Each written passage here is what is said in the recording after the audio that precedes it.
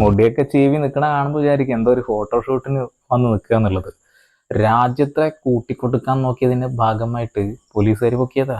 അല്ല 8ന്റെ പണി കിട്ടി. ഏകദേശം ഒരു 3 എണ്ണത്തിന്റെ ഇപ്പൊ മലയാളികളായ ആളുകളെ തന്നെ പൊക്കിയിട്ടുണ്ട്. അതായത് രാജ്യ സുരക്ഷയുടെ ഭാഗമായിട്ട് പൂട്ടിയതാ, രാജ്യദ്രോഹ കുറ്റം ചെയ്തതിന് പൂട്ടിയതാ. അതുപോലെ തന്നെ റിയാസ് സലീം എന്ന് പറയുന്ന ഒരു മനുഷ്യനുണ്ട്, അയാളെയും ഇപ്പൊ പൂട്ടും. അയാൾക്കെതിരെയും ശക്തമായിട്ടുള്ള നിയമ നടപടികളുമായിട്ട് കേന്ദ്ര സർക്കാർ വരാൻ പോവുകയാണ്. ഒരുപാട് എണ്ണമുണ്ട് നമ്മുടെ നാട്ടിൽ ജീവിക്കുന്നു, നമ്മുടെ നാട്ടിനെ തന്നെ ഒറ്റുകൊടുക്കാൻ നിൽക്കുന്ന ആളുകൾ.